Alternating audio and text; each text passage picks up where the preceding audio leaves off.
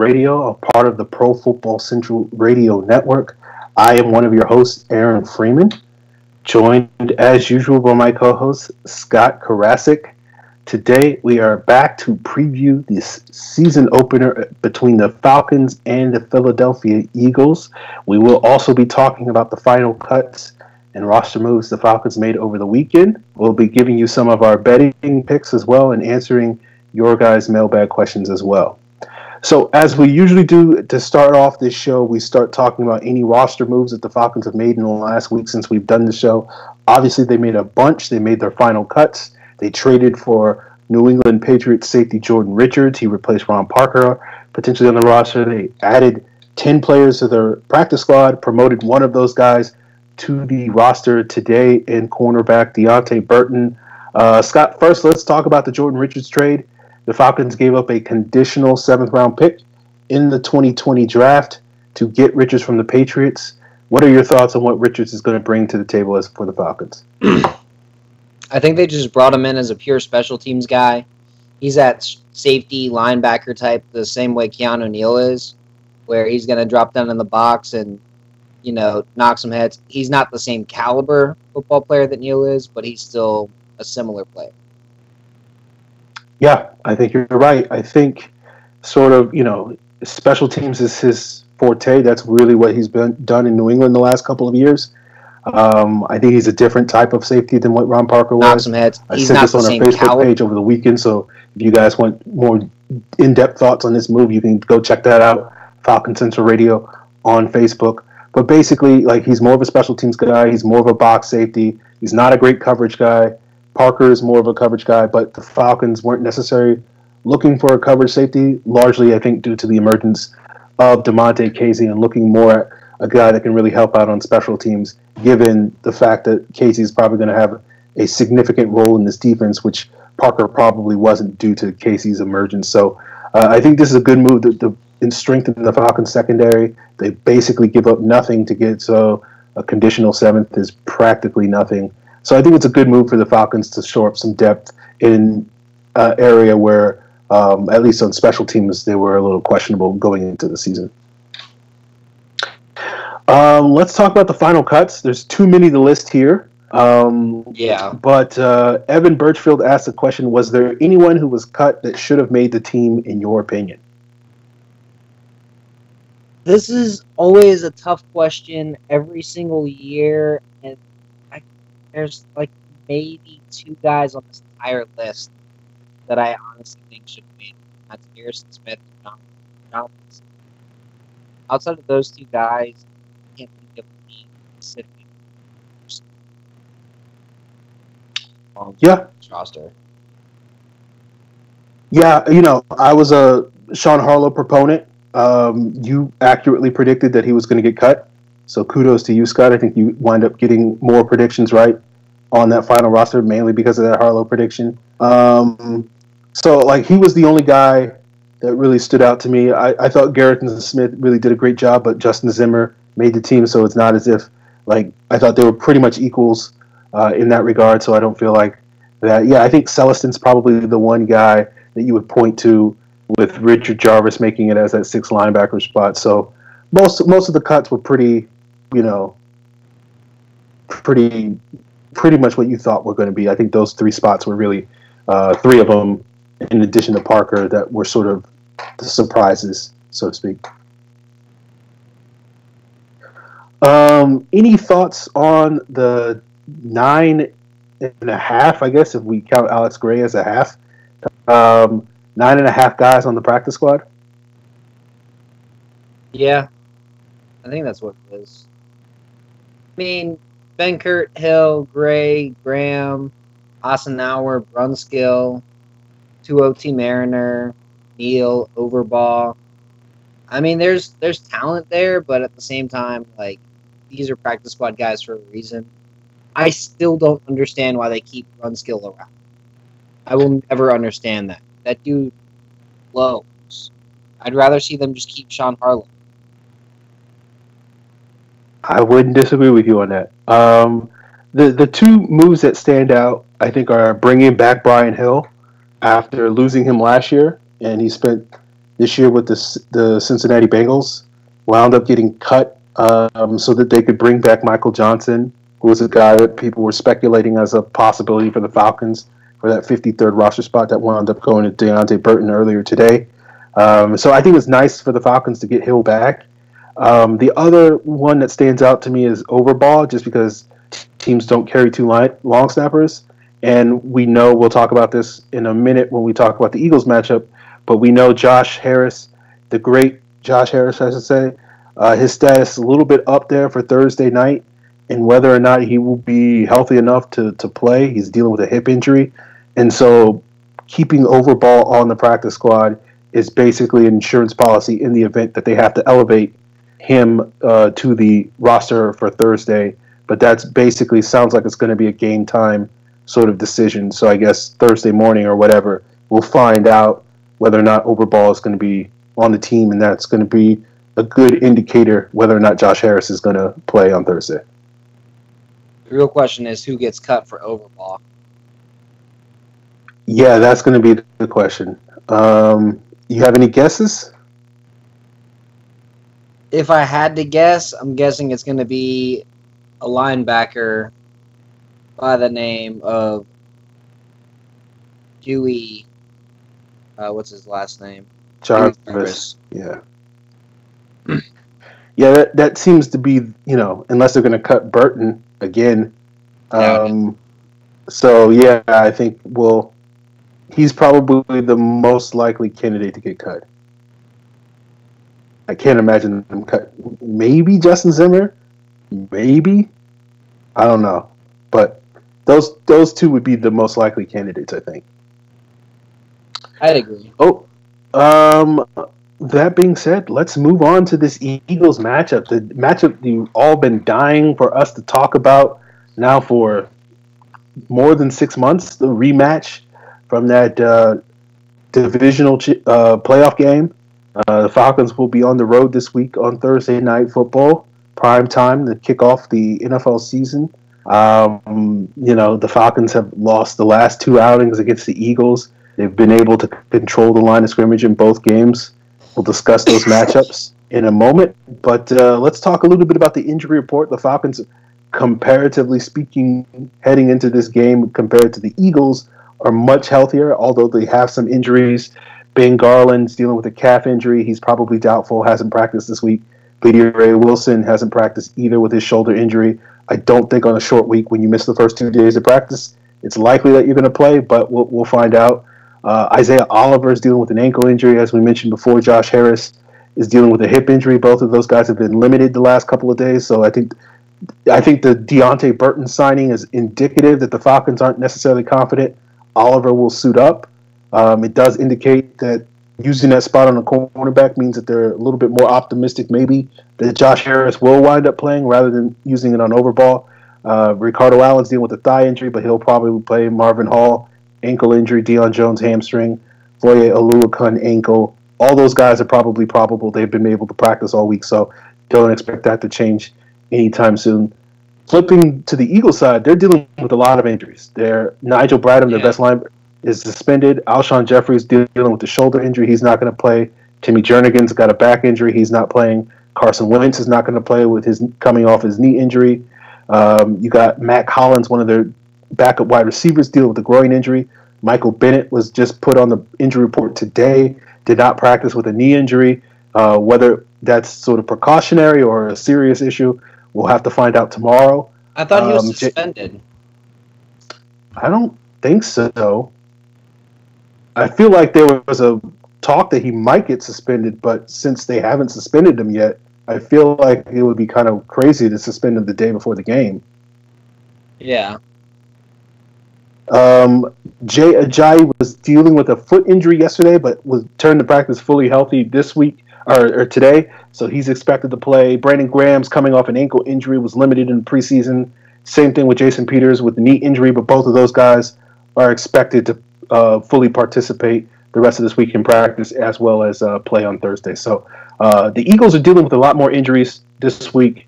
Scott, any of these injuries stand out to you? I mean, Ajayi, Peters, Graham, they all stand out even though they'll be playing. more than likely.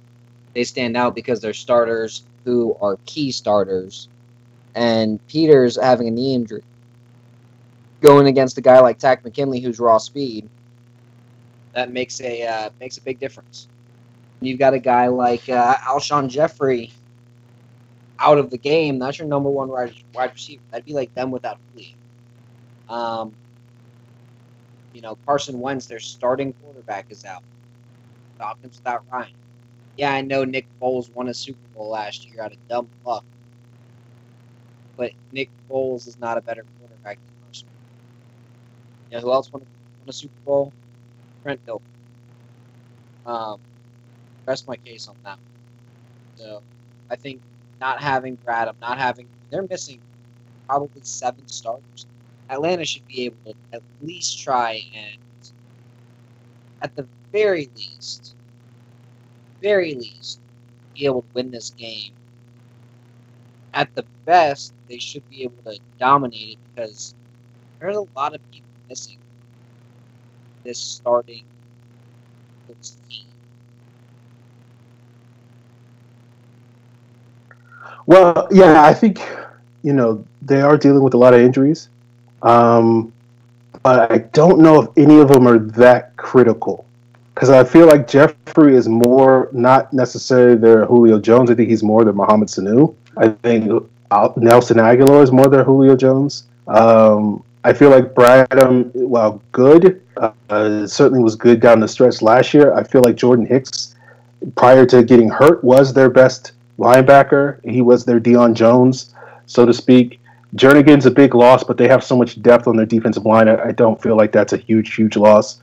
Bennett could be a big loss because that's a guy that they're going to rely on to create some of that interior pass rush. But, when you have Fletcher Cox, to be honest with you, you could argue that Michael Bennett is their 4th best pass rusher. So I feel like they're still in a good position, even if he's nicked up.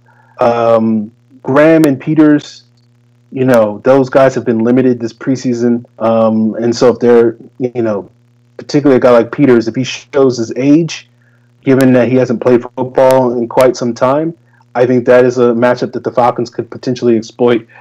But I feel like even though the Eagles are beat up, I don't feel like any of these injuries are particularly huge for them.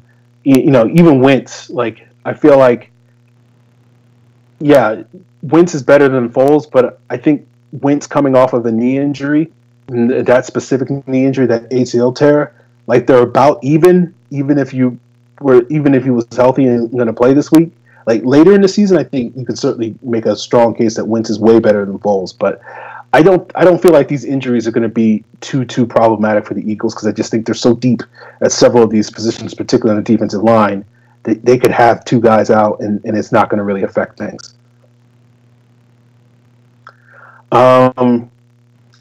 Let's talk a little bit about some of these matchups, and mentioned at the top, the play in the trenches is the big one. We know the Falcons went out and got Brandon Fusco in the offseason to sort of bolster their offensive line, play that right guard position, go up against a guy like Fletcher Cox, who was practically unblockable in that playoff game. And I think they're going to need Fusco to step up and really do a number on Cox to really sort of help this Eagles passing attack and this run game create some push against the Eagles D-line, which is tough, and protect Matt Ryan, because I do feel like the Eagles secondary can be exploited. I don't think they're great at the cornerback position. They're breaking in a new nickel cornerback in Sidney Jones. They might be throwing in Avonte Maddox potentially there as well, the rookie. And so I feel like that's a matchup that the Falcons can really attack in this game, but it's going to be hard to do so if Matt Ryan isn't upright and if they can't keep him well protected. And that's going to be sort of the critical difference, because I feel like this Falcons offense could get on track if Sark does his thing. But if they can't win the line of scrimmage, then it's going to be real problematic for them. What are your thoughts on that matchup, Scott? I think that's a very important matchup to win. The Falcons have to really push around that Eagles defensive line, especially Nata, especially Cox up the middle, because those guys are going to control that in the run game, and the Falcons need to run them. This is where the Falcons need to go with their outside zone a lot more than they need to go with their inside gap styles that Sarkisian was trying to add last year. I think they'd be much better off trying to stretch the entire defense horizontally rather than going right at them. And especially on that weak side, especially on the outside linebacker spots, Gary, Rugier Hill, they're just okay football players. So I think you got to attack those guys and not let them get into that offensive backfield to win. Yeah, I'm with you on that.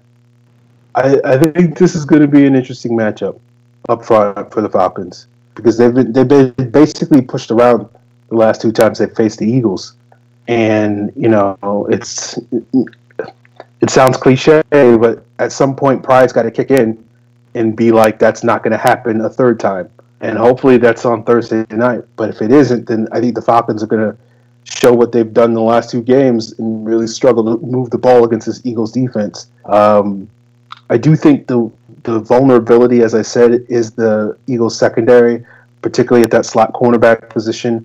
I also think you're right with the linebackers, not only in terms of their ability in the run game. I think the Falcons are going to have to find ways of exploiting those guys in the passing attack by getting Coleman, getting Freeman involved in the game, maybe getting some opportunities for them to split out wide, run some wheel routes, do some picks, do some creative stuff with both of those running backs in the passing game.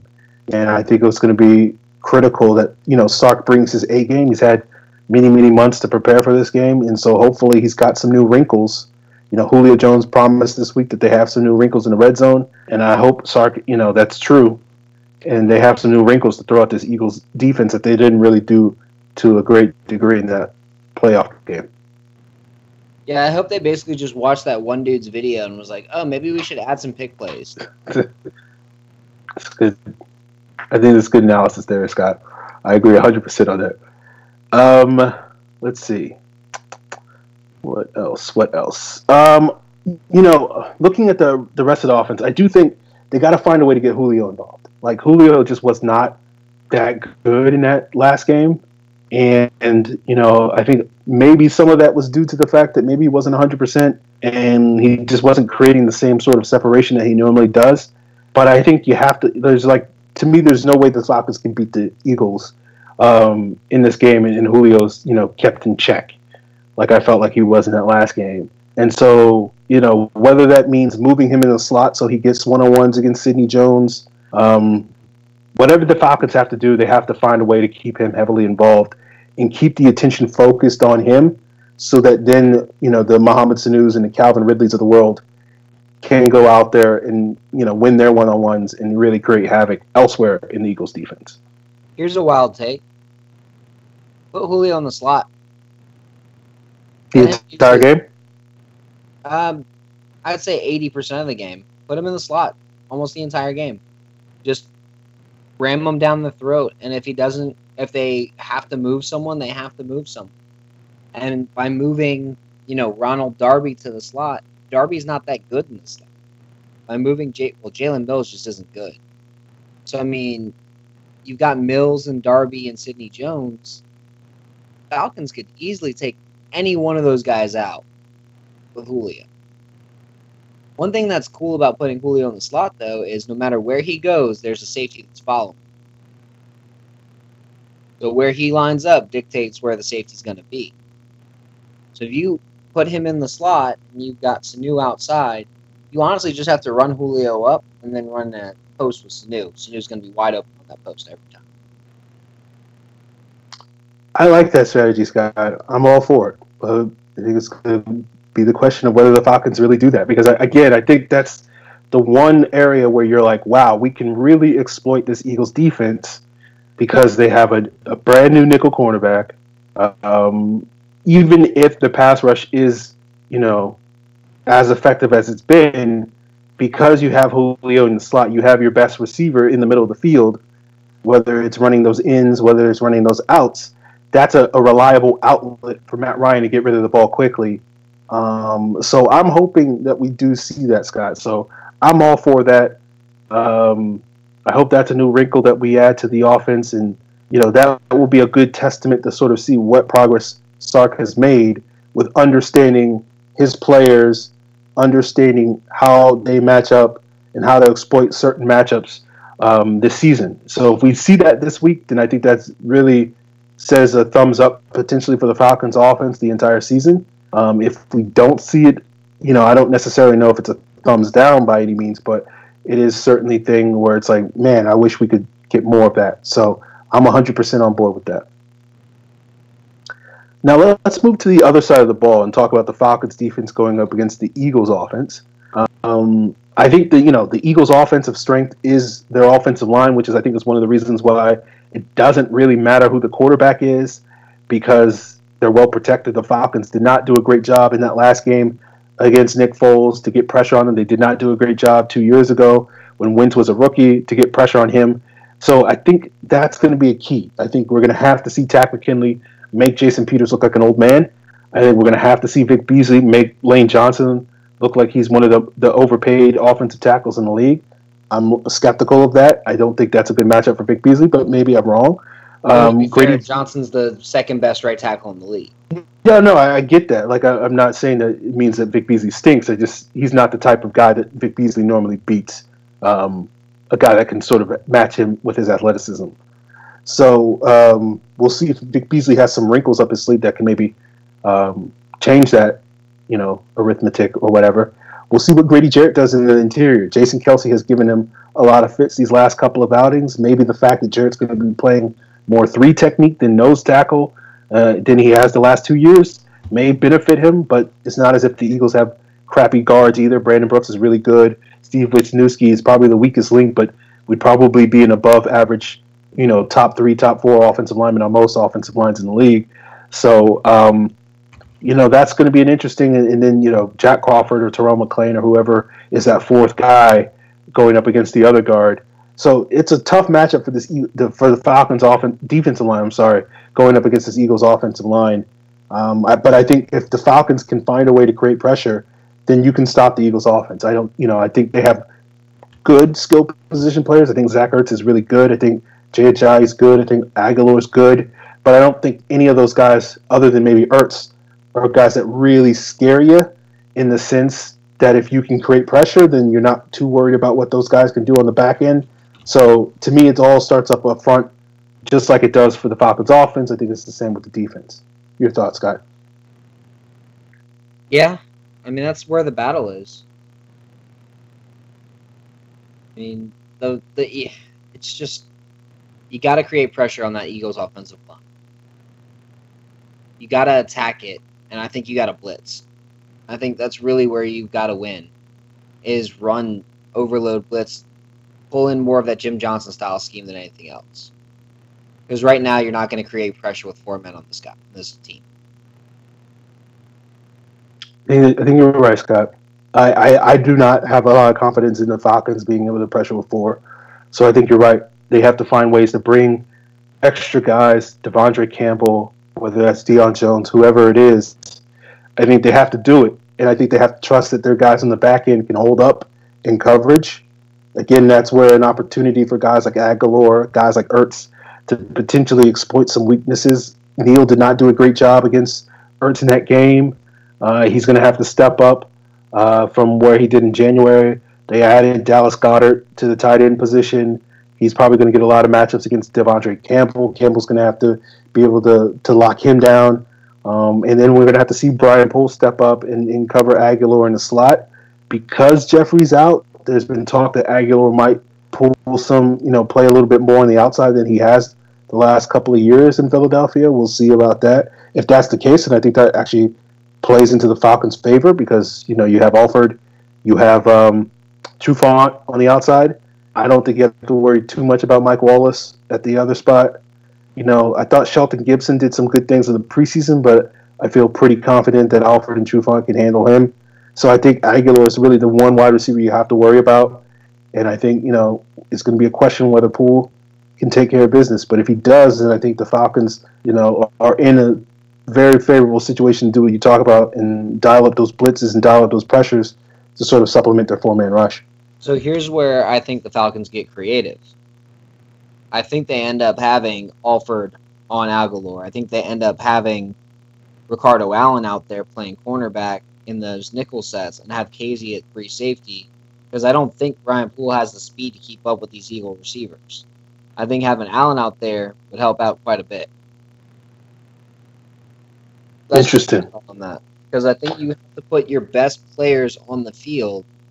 And as much as everybody in the coaching staff seems to love Brian Poole, I can't see a situation where DeMonte Casey and Ricardo Allen and Keanu Neal, Desmond Trufant, and Robert Alford aren't the best five, defensive backs that the Falcons have.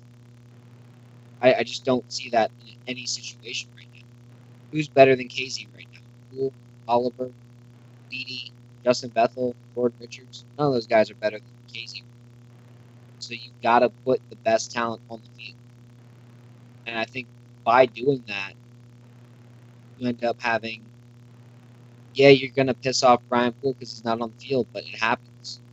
Hell, you could even argue that pulling, Devondre Campbell off the field and putting Neal in his spot, keeping Poole out there, keeping Poole out on the field, having Neal take Campbell off the field could help out too. But I think you got to keep Campbell out there for the tight end protection. Yeah, I think that's interesting. I think you might be onto something there. I would probably differ, though. Instead of putting Allen at cornerback, I'd probably put Casey at quarterback rather than Allen and just have Allen play single high. I think Allen's still much better than Casey is playing that free safety spot. I think Casey's value is more being that matchup man guy, potentially. So that would be something I think would be an interesting wrinkle to see if the Falcons do that. And whether or not they do put Alfred in the slot and then ask Casey to play outside corner, which he did in college. So it's not as if that's, and when you don't have Alshon Jeffrey, I think that's one of the benefits where guys like Poole, guys like Allen, guys like Casey aren't the biggest guys in the world, and so not having Jeffrey out there means that you have the flexibility to put Alford in the slot now because you don't have to be worried about that big outside guy. Unfortunately, we sort of thought Isaiah Oliver would be sort of our big matchup guy. Fortunately, we don't need him this week. And, unfortunately, he was not, able to play at a high enough level this summer to necessarily inspire confidence there. But fortunately, it's not going to be a big deal. So I think that's going to be an interesting wrinkle that the Falcons can do, whether or not we do see more of those three safety looks. We know that the Falcons linebacker group is not necessarily playing at the highest level, particularly that third linebacker. We know Jones and Campbell are fine. But that third linebacker, whether it's Duke Riley, whether it's Olakun, whether it's Kamal Ishmael, I think, playing more three safety looks will be beneficial to sort of mask the fact that the Falcons don't have that. But when you play an offense like the Eagles that utilize two tight ends as much as they do, maybe you do want to have a little bit more beef out there. But that's where, arguably Keanu Neal comes into the mix and being more of that sort of box guy. So we'll see what the Falcons do to sort of handle this matchup. Yeah. I think that three safety nickel is how you handle that matchup, though. Because I think if they're running two tight ends and they're running, even 22 personnel all the time, and they've got that extra beef and they're running that base pretty much all the time, you got to have those three safeties out there, and you throw Neal in the box at a weak side linebacker. You got a better football player on the field in Casey than you have in Duke Riley. You have a better football player out there in Casey than you have in Brian Poole. So I think that free safety nickel is probably where they should be at least 60% of the time this year, because I think that's going to end up being their best defensive set. That's what takes them from that top 10, fringe top 10 defense to a solid top 7, top 8 defense, like right there. They got to get a pass rush to move into the top 5, but I think we both agree on that one. Yeah.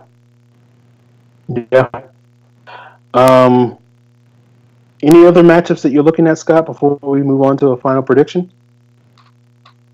I guess for me, the biggest matchup's the coaching matchup. The combination of, Doug Peterson versus Dan Quinn, offense versus defense. And then you've got the Marquand Manuel versus, or not Marquand Manuel, the Steve Sarkisian offense versus, I just have that Eagles. Jim Schwartz. Versus Jim Schwartz defense. So, I mean, you've got a brilliant defensive coordinator versus a questionable offensive coordinator. And then you've got a brilliant head coach against a second-year defensive coordinator and Dan Quinn kind of putting his hand in there. So, I don't know. That's going to be the real question of who wins that matchup. Who's playing chess and who's playing checkers. Yeah, I agree with you. I think that's going to be important. I think based off of last season, based off of the last couple of outings, I feel like the Eagles have the advantage in that as far as that goes. But I'm hopeful. I'm hoping that the Falcons can sort of close the gap on that and really do something, throw some wrinkles at the Eagles that they're just not expecting.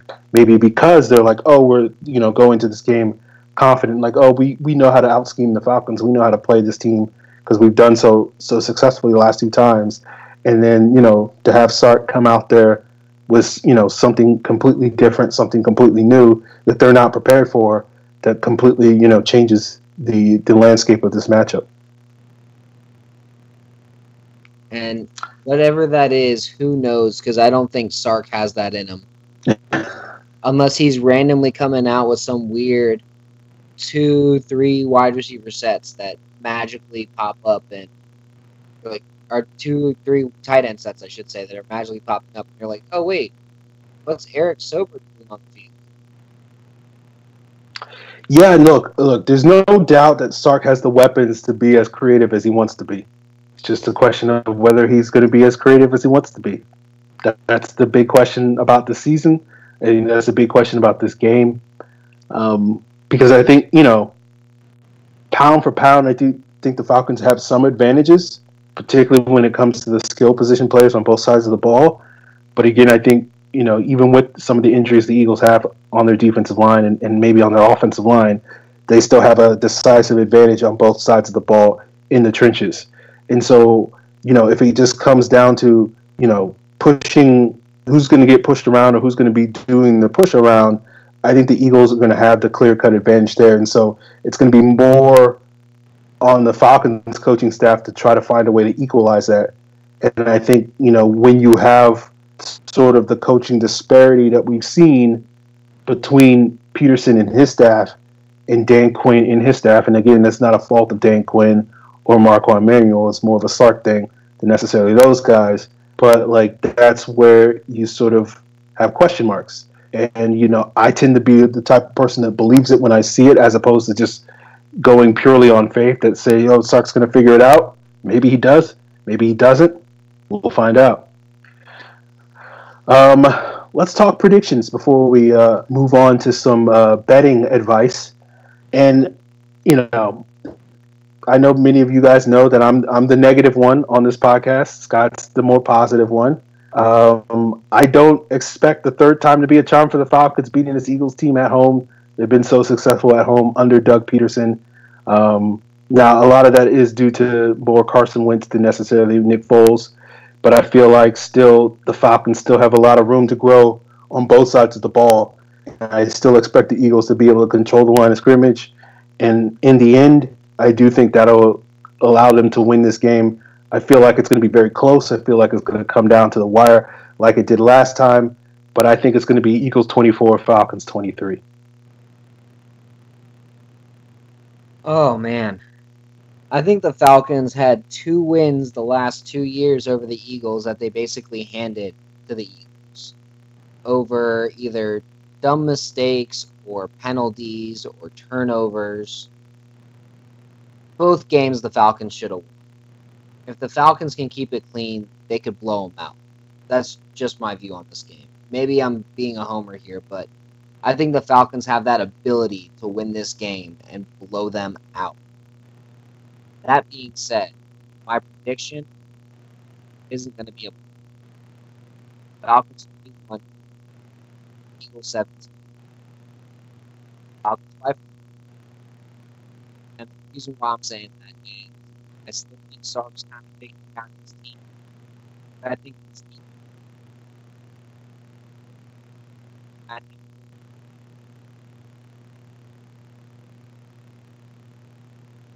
Scott, I didn't hear that last bit. Your mic cut out a little bit on me. sorry. I don't think Bowles can get past 1 or 2 reads, and I think the Falcons have the Eagles figured out. Okay. Look, I think this is the Falcons should win this game. I thought the Falcons should have won the last game, and then they should have won the game the last 2 years. Yeah, I think so too. So that's kind of my problem. I felt reasonably confident going into both games that the Falcons should be able to take care of business, and they didn't. And so I feel like the Eagles just have something, and mainly it's Fletcher Cox, that just prevent the Falcons from taking care of business. And I think Fusco, I think getting a healthy Levitre back will help. I think Keanu Neal punting an interception up 12-10, or when the Falcons were down 12-10, that would have been in field goal range, handed the Eagles that playoff game. He catches that. Atlanta runs the clock down, kicks a field goal. Because, Sarkisian's not going to overthink it the way Shanahan did. I'll say a lot about Sarkisian being bad, but that's one thing that he might be better than Shanahan at. And then the Falcons move to the next round on that one. Okay. That's fair. I'm not going to sit here and argue against the Falcons being in a position to win that game, because they obviously were. A couple of things go their way, and so that's going to be the key. Last year was more about a lack of execution than a lack of talent, if you ask me. That's fair enough. Fair enough. Okay, let's move on to the new segment we're going to have now that we are sponsored by MyBookie.AG. We can talk about this Eagles line based off of the current line that you can find at MyBookie.AG, which has a great mobile site, which I'm looking at right now, guys, on my phone. The current line for the Falcons, that they are plus 2.5, which means the Eagles are favored by 2.5 points. So based off of our final predictions, that means you guys should be more than willing to bet on the Falcons this week. Lay down some money. The Falcons are plus 105 on the money line bet, which is a straight up win or loss bet, and that means if you bet $100, you win $105. So that's positive. So I think that was plus 110 earlier today. So I feel like if you guys want to get in on that action, you got to get in on it soon, because at some point the odds are moving slowly into the Falcons' favor. So if you want to get the best odds on that, you might want to bet as soon as possible, but you can easily sign up for MyBookie.ag. Some of the other bets, I got a favorite and an underdog for this weekend that I will be putting my money on, and I will recommend you guys to put your money on. I have been great so far with my bets over the first weekend of college football, as well as that idiotic bet I made last week in the Falcons preseason game. But I have a favorite in terms of a team that I think is money in the bank, so to speak, as a favorite in this game. I got the Ravens, who are minus 7.5 against the Bills. I like that matchup. You got Nathan Peterman starting for the Bills, opening the season. The Ravens are really good at home, particularly early in the season. I think that defense, we saw what Peterman did in his first start last year. He got pulled by his halftime. I don't think it's going to go well against a really good Ravens defense with a really bad Bills offensive line. No weapons at the receiver position. I feel like that's money in the bank for the Ravens, so I would take them. My underdog pick is the Bucs plus 10 on the road against the New Orleans Saints. The Saints have lost their last three. Satans. Okay. Satans. New Orleans Satans. Save it for week 3, Scott. That's all I'm saying. We'll see what the Saints... the Saints have lost their last three season home openers. I feel like, everybody's looking at this Bucs team like, oh, Jameis is not starting. They're going to be terrible. But last year, they covered twice under Fitzpatrick. The one game they didn't cover was against the Falcons late in that season, but it was only because of that Tevin Coleman sort of garbage time touchdown that they got in the last 2 minutes. It was the only reason they didn't cover. I feel like this 10 line is a huge spread that I just don't think the Saints are going to cover. And so I'm going to put my money on the Bucks plus 10. You know, they're going to lose, but I think they'll keep it within a score or so and lose this game. I think that's a fair point, and I think that's probably where they're going to be. If you ask me for my picks, I'd say the absolute hands down favorite lock for me is the Detroit Lions against the New York Jets, because the Jets blow, and that's a plus 6.5 for the Jets right now. So Jets are getting points. I think the Lions destroy, like 2 touchdowns kind of. For an upset, I kind of want to pick the Bengals over the Colts. I don't think the Colts are going to be that good this year. And I think they're getting a lot of points and a lot of love despite having a very subpar roster. The roster reminds me a lot of the Falcons 2014. Wasn't really a lot of talent on it, but they had some offensive. Even then, Yeah, I'm with you on that. I feel like the Colts are in the running to have the number 1 pick next year because I think their defense is terrible. yeah. So I like that bet, Scott. I might have to add on another one for this weekend as well. You have any other insights? Take the Falcons plus 2.5 because I think they're going to win. Look, I predicted them to lose by 1 point, so even if you think they're going to lose, I think it's going to be close. So, yeah. The good thing about MyBookie.ag is that you don't have to just bet on lines. You don't have to bet straight up. You can do props and whatnot. They have certain props. I'm trying to look at some right now in terms of hold on. In terms of who's going to score first in this Falcons-Eagles game, I'm trying to look it up just so you guys have an idea of what I'm talking about. I remember looking up like Devontae Freeman had like the best odds of scoring the first touchdown for the Falcons, or the lowest odds, I guess you could say. But you can bet on things like that. You can also build your own props or whatnot. Definitely want to check out mybookie.ag. We'll be talking more about some of these betting things for our proud sponsors here. And because we don't have necessarily a sort of promotional code for this specific show, if you guys do wind up signing up for mybookie.ag, then let us know on social media. Be sure to tag them in social media. I think they're at MyBookie on Twitter, and so that they know that we sent you, and that will, help us in our bid to maintain that sponsorship throughout the year. So, hook us up, guys, if you like the show. But yeah, any other thoughts that you have, Scott, with any sort of outlooks? Do you have a thought on who might score first in this game? I would put money on Julio Jones. Let me see if I can find that specific one. Okay, I found it. Okay. Julio Jones is plus 330 to score the first touchdown. Devontae Freeman is plus 280. So if you put $100 down on Julio Jones scoring that first touchdown, you get $330. So these props are, can be very beneficial to you guys in a lot of ways. Or they can just be throwing away money. Your choice. Justin Hardy is plus 1,400. So if you're feeling good about Justin Hardy, you can make a lot of money off of him. Matt Ryan rushing touchdown is plus 2,000. So, $10 equals $200. There you go. So take advantage of these props, guys. All right. Anyway, let's move on to the mailbag. We got plenty of questions this week, a lot of them dealing with the Eagles matchup. So some of them we might be rehashing some things that we already talked about, but let's move on forward. All right, the first question comes from Dominic Patterson at The Real Patman on Twitter. He asks, do you think having Levitri and Fusco playing guard instead of Schweitzer and Garland this time around will have any major differences trying to block that Eagles front seven? I think that's a great point that you're making right now, is that the Falcons did just have Schweitzer and Garland because Levitri and Fusco were hurting. Or Fusco was on another team and Levitri was hurting.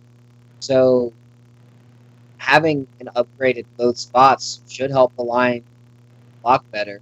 And if the line blocks better, the Falcons win better. Use of a better word. It's really that simple. I think it's going to have a massive difference. However, you could argue that the Eagles can't get Nada. Michael Bennett kind of offset that difference. Yeah, look, I think it's going to be a benefit for the Falcons to have a healthier interior line. You got to don't forget that Alex Mack was not 100% going into that game because he suffered an injury late in the season, so he was not at full strength. I think obviously you'd rather have a healthy Levitri, a healthy Mack, a healthy Fusco than a non-healthy Mack and Schweitzer and Garland at that spot. But still, at the end of the day, I don't feel like any of those guys can block Fletcher Cox. We'll find out what Michael Bennett's status is. I don't feel like that's a favorable matchup for any of those guys either.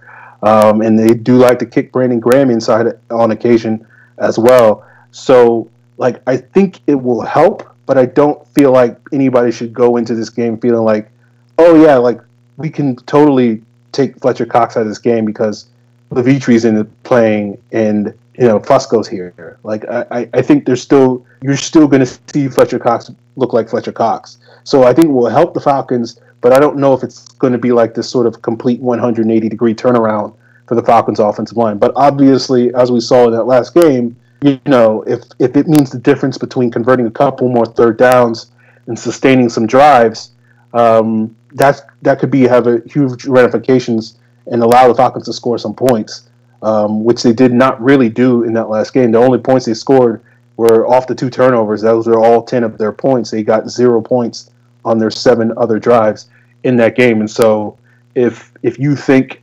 having Schweitzer or having Fusco, having Levitri means the difference that maybe they score on one of those drives, then obviously that can have a dramatic impact on the outcome of this game. Brian, at your homeboy, Brian asks, Nick Foles and the Eagles offense absolutely forced the Patriots, absolutely torched the Patriots defense and even the Vikings defense. How do we make sure that doesn't happen to us? If that offense can do that to the Vikings and Bill Belichick, they are capable of doing it to us. No, they're not. Just because the Vikings have a good defense, just because Bill Belichick has an intelligent game plan, the talent on Belichick's defense was never what it was, or hasn't been what it was in the early 2000s. So if Nick Foles and the Eagles can push the Patriots, push the Vikings, yeah, that's great and all, but that means it's literally up the same thing against the Falcons.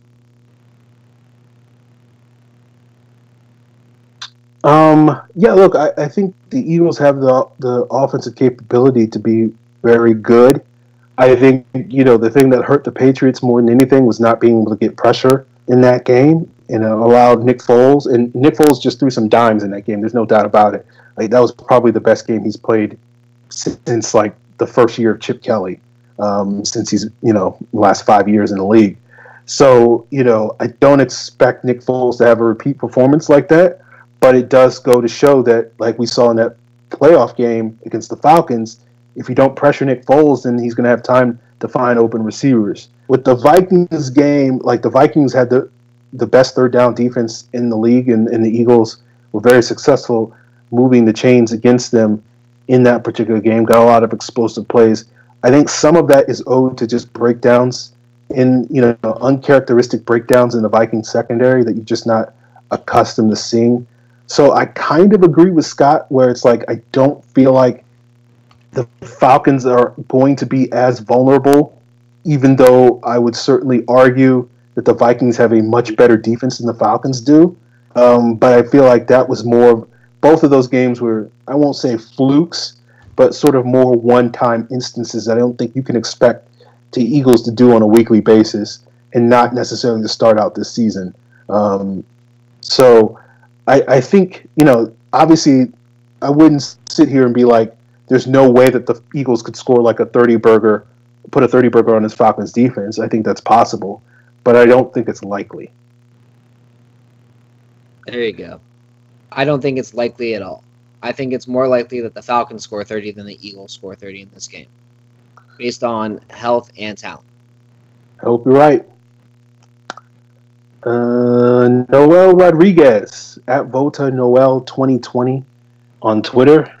Our next president of the United States. No, kidding. How confident are you in getting a win in this upcoming game? I'm surprisingly confident. I'm not like, oh, the Falcons are going to destroy the Patriots in the Super Bowl kind of confident, but one more touchdown, that game is not anywhere close. But anyway, no, I honestly thought the Falcons were going to win that game against the Patriots, and I remember sitting here going, the Falcons can win this game. The Falcons should win this game. Mm-hmm. They're No, a team. I know what you're talking about, man. Being so pissed off the next day. So, I mean, the Falcons should win this game. Like, I'm not saying that the Eagles are bad or anything. I'm saying I think the Falcons are just a better team. I know the Eagles get all this, like, oh, they're the returning champions and all this love, but they're not what they were. They weren't what they were. They got lucky. Especially on offense. Fair enough.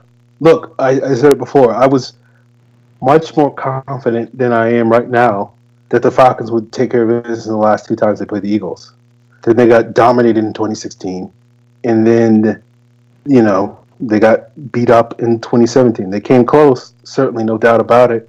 They were probably one fourth down conversion away from winning that game, and had a number of opportunities to win that game, as Scott said, the Neal interception, and 4 opportunities down at the end at the goal line. So I should be confident because I feel like the Falcons have what it takes. I don't feel like anything has really changed all that much in the last 2 outings going into this third one. And if I thought the Falcons could win in January, I should feel the same level of confidence going into this game. But at the same time, I'm like, I don't, because I've watched this team, lose 2 games that I thought were very winnable going into them against this Eagles team. Again, largely due to the fact that I think, they are a good matchup for the Falcons just because their defensive line is so good. And when you can control the line of scrimmage with 4 guys, I think that's always been sort of the Achilles heel of the Falcons, that if you can get after Matt Ryan, then pretty much their offense, like most offenses, tend to break down. So I have a decent amount of confidence. I'm more confident than probably I sound like. But as I feel like it's close to 50-50. It's kind of a coin flip. And, I'm not like 90-10 the Falcons are going to lose, but it's more like 55-45 the Falcons are going to lose. So, Joshua Heyman at Whisper 2000 asks, how good or bad do you believe the Falcons defense will look against the Eagles in the trenches? I don't know. I think they'll look good. I think they'll be solid, but I can't guarantee anything. So I don't know. I want them to look good. I really want them to look good because they look good against the Eagles. They're going to end up winning it all. I really do feel that way. Like, if they look great against the Eagles, especially pass rushing, this team could win it all.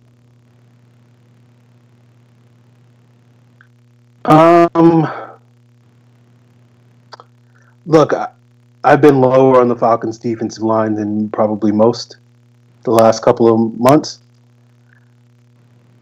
I don't know. Like, I think if Vic Beasley plays at a level that we have not seen from him, great.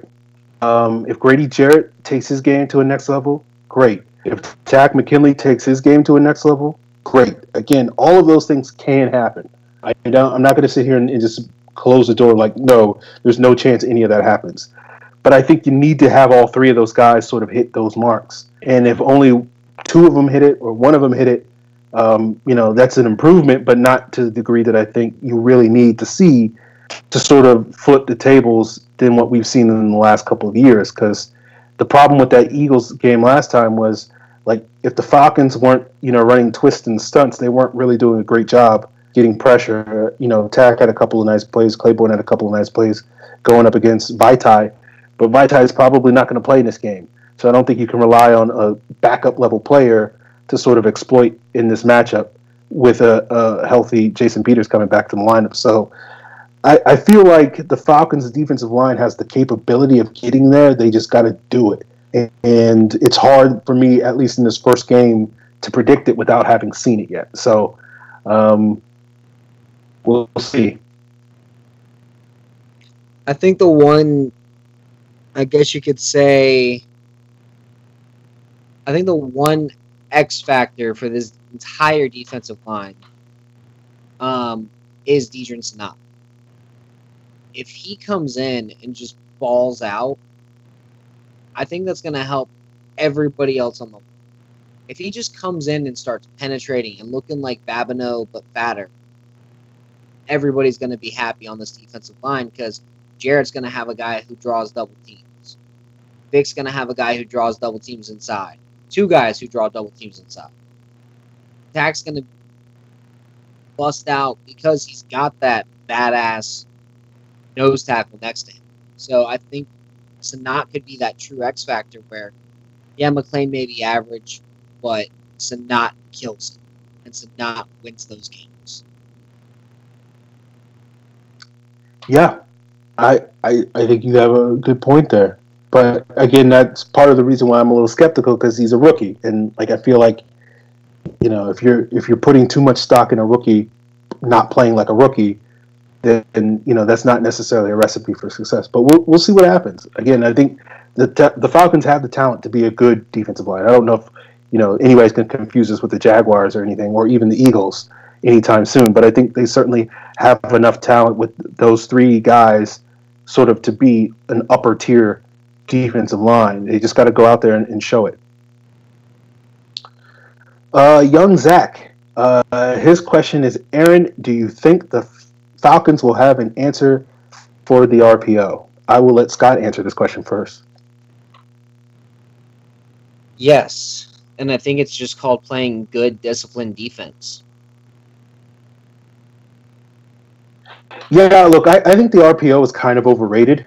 I think it got a lot of buzz last year in the lead up to the Super Bowl because, the media has to talk about something for 2 weeks, and the RPO was the fun new flashy thing, like, oh, the Eagles do these RPOs things, and it's this unstoppable thing that no defense has an answer for, and that's one of the reasons. The RPOs, because Nick Foles can't read a defense past his first or second read.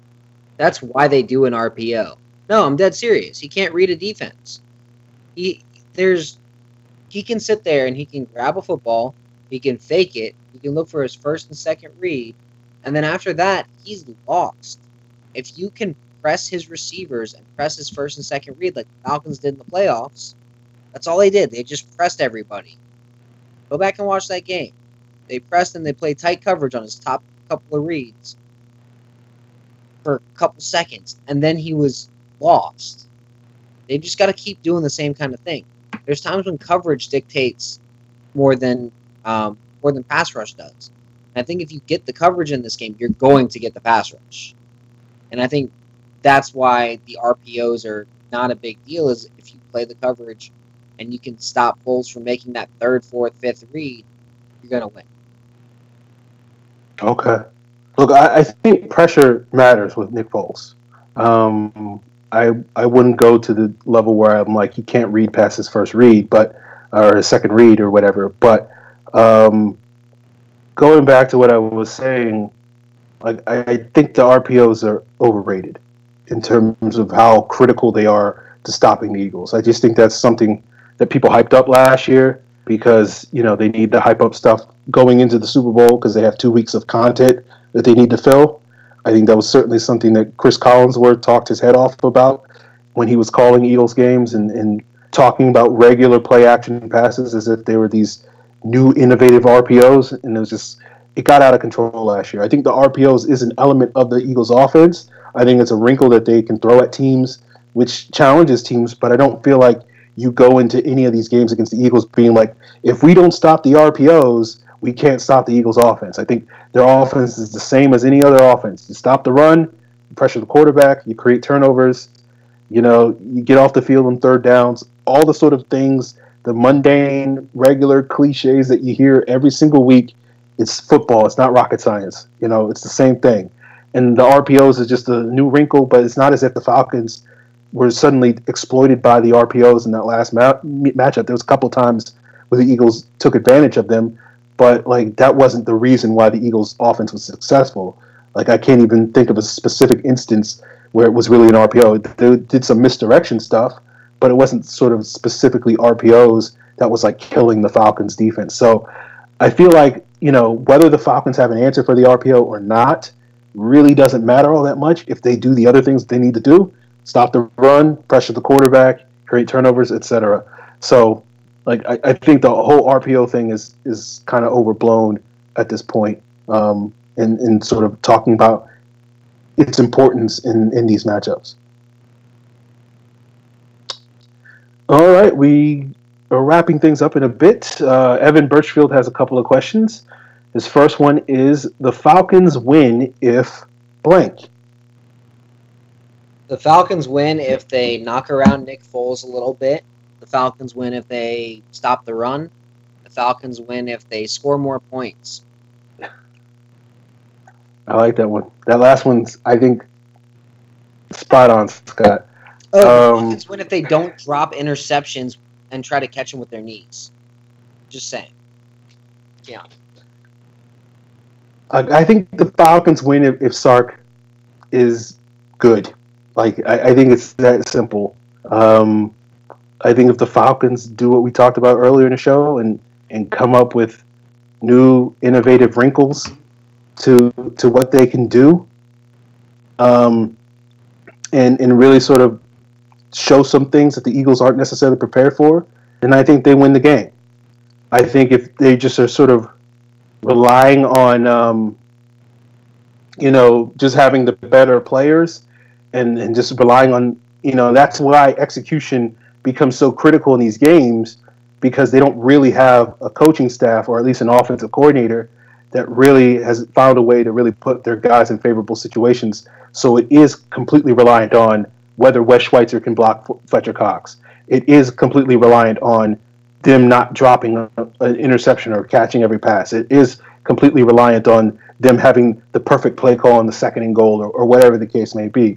So I feel like if the Falcons coaching staff can put them into favorable situations, then like they don't have to rely on these sorts of things where a minor mistake here, a minor mistake here, a minor mistake here add up to the point where now all of a sudden they're losing the game, like it's happened the last couple of times when they faced the Eagles. And if they can sort of, be the equalizer a little bit. So like that's what I sort of feel like the Falcons win if, Sark is good, basically. Last little bit is from Evan Birchfield. If you were the OC, what would your game plan / play calling be like versus the Eagles? If I were the OC, my game plan, play calling, the outside zone, beat them horizontally, try and wear down that offensive line, run a lot of play action, they're off the defensive line, run a lot of rubs and different types of routes where they cross. You get the mesh concept, the crossing routes. You get the yanking type concepts where you've got that deep crosser, and you got your standard rub routes. But I would just basically run rub routes all day, and just have them run into each other. They run a lot of really shitty man coverage. So how do you beat man coverage? Rub routes. Yeah, look, I think you have to be aggressive with your play calling. What's going on there? Those were gunshots. Or were they a hammer? No, those were gunshots. Okay. Yeah, I don't live in a very great neighborhood. Yeah, I'm on a podcaster's salary, so. Going back. going back to the question, which is game planning and play calling. Um, sorry, I'm a little distracted. No, I feel like what you got to see from the Falcons is similar to what Scott said, which is you got to see rub routes. You got to see the Falcons try to exploit the Eagles man coverage. I don't think they really did a great job doing that. And if we see that, then I think you'll see positive results. I think you'll see if we can get one-on-ones with Devontae Freeman, if we get one-on-ones with Tevin Coleman, I think that'll be a great way of exploiting it. I think splitting those guys out wide and not being afraid to push the ball down the field, I think is going to be critical. But in order for that to happen, you do need the Falcons' offensive line to give Matt Ryan enough time for those deeper routes to develop. I think what else? I think you got to use a lot of misdirection. I think you got to rely heavily on the play action, screens to try to take advantage of the Eagles' aggressive front and turn it against them, and try to get one-on-ones where their weaker linebackers are trying to make tackles in space against our running backs, which I think it plays to our advantage. So I feel like the Falcons have the weapons, as I said. I think they have the weapons to really go after the Eagles and exploit some weaknesses. But like the problem has been is based purely off of last season. I don't have the confidence right now in Sark to do that. He didn't really do it last year. He should have done it last year, but he didn't consistently. And so that's going to be the difference. I think if the Falcons do manage to pull it off this year, it's going to rely heavily on their play calling and their game plan just being better than what any of us have seen so far in the Steve Sarkisian era. So if that happens, then I think, I think your confidence in the Falcons winning this game, I think, is heavily dependent on how much confidence you have in Sark. At least for me. Okay. That's it, guys. And we are glad you joined us for our first of 17 shows that we're going to do this season. And we'll be back to talk more about MyBookie. Hopefully you guys can win some money. Hopefully I will win some money this weekend. I need it to get out of this neighborhood, as you can tell. But if you guys win like a massive bet, you need to put like $1 million, even though you don't have it, and just get out of there. Yeah, look, that Matt Bryan prop for plus 2,000 on the first rushing touchdown is looking much, much better as I sit here. So, if you guys have any Falcons questions, use the hashtag Falcons Mailbag. You can also tweet at the show Falcons PFC. I am at FalcFans. Scott is at Karasik S. Be sure to hit that thumbs up on Pro Football Central's YouTube page. Hit the subscribe. Hit that bell icon so you know when we go live. You can also check us out on Facebook, Falcon Central Radio there. Give us a like while you're there as well so you don't miss the show there. You can also check out any of the links that you need to subscribe to the podcast on iTunes and elsewhere at ProFootballCentral.com. So we'll be back next week to talk about this game as well as talk about the upcoming Week 2 matchup